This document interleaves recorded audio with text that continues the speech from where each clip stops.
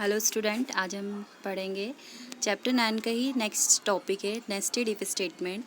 Nested if you can use one if or else if statement inside another if or else if statement. The nested if can have one of the following three forms. nested if जो होता है एक if के अंदर another if और उस else के अंदर भी अनदर इफ। तो ये बहुत सारी कंडीशन एक के अंदर एक हम लगाते हैं, तो इसलिए इसको क्या बोलते हैं, नेस्टिंग बोलते हैं। ठीक है। If nested inside if part first है। सेकंड है if nested inside else part. If nested inside both if part and else part. Flow chart if inside if के अंदर अनदर इफ़ लगाना, उसका फ्लो चार्ट देखते हैं। फ्लो चार्ट मैंने last class में आपको एक्सप्लेन कर चुकी हूँ क्या होता है। तो फ्लो चार्ट में क्या होता है, इसमें देख रहे हैं हम पहली टेस्ट कंडीशन दी है, तो पहली टेस्ट कंडीशन अगर ट्रू होती है तो उसमें क्या होगा, स्टेटमेंट 1 एग्जीक्यूट होगा। अगर फॉल्स होती है तो क्या होगा, सेकंड स्टेटमेंट एग्जीक्यूट होगा। ऐसी n नंबर ऑफ स्टेटमेंट हम इसमें फ्लो कर सकते हैं, मतलब एक के बाद एक और भी स्टेटमेंट हो सकते हैं, 3, 4, 5, इसलिए यहाँ पे क्या लिखा, स्टेटमेंट n लिखा है।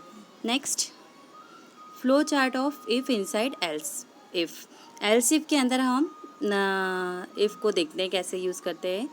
तो टेस्ट कंडीशन ऑफ इफ़, पहले इफ़ की टेस्ट कंडीशन दी, body of if, test condition of else if. अगर test condition of if false होती है, अगर ये ट्रू होती है तो बॉडी ऑफ इफ़ चलेगा, अगर फॉल्स होती है तो क्या चलेगा, test condition of else if. ठीक है। नेक्स्ट कंडीशन हम टेस्ट करते हैं, अगर फॉल्स होती है तो फिर नेक्स्ट कंडीशन लगाएंगे। ठीक है। अगर ये ट्रू होती है तो बॉडी ऑफ इफ़, मतलब जो भी हमने कंडीशन लगाई अगर ट्रू हो गई तो यहीं पे आपका प्रोग्राम एंड हो जाएगा। अदरवाइज फिर से वो क्या करेगा, फॉल्स होने पर एल्स पार्ट को एग्जीक्यूट करेगा, last condition. Okay. Flow chart of if inside both if part and else part. अब इफ़ में भी हम कंडीशन लगाएंगे और एल्स पार्ट में भी लगाएंगे। कैसे लगाते हैं देखो, टेस्ट कंडीशन 1 टेस्ट कंडीशन में क्या होगा, स्टेटमेंट अगर ट्रू होती है तो स्टेटमेंट 1 एग्जीक्यूट होगा। फॉल्स होने पर फिर अनदर टेस्ट कंडीशन लगाई, ट्रू होगी तो ये स्टेटमेंट एग्जीक्यूट होगा, अदरवाइज फॉल्स होने पर नेक्स्ट टेस्ट कंडीशन, ट्रू होगी तो थर्ड वाला स्टेटमेंट, अदरवाइज फॉल्स होने पर नेक्स्ट।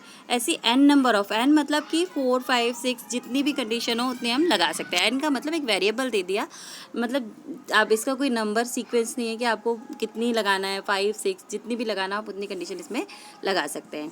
फॉल्स होगी तो डिफ़ॉल्ट स्टेटमेंट, मतलब लास्ट स्टेटमेंट जो भी है वो एग्जीक्यूट हो जाएगा बाय डिफ़ॉल्ट, और अगर ट्रू होती है तो फोर्थ स्टेटमेंट।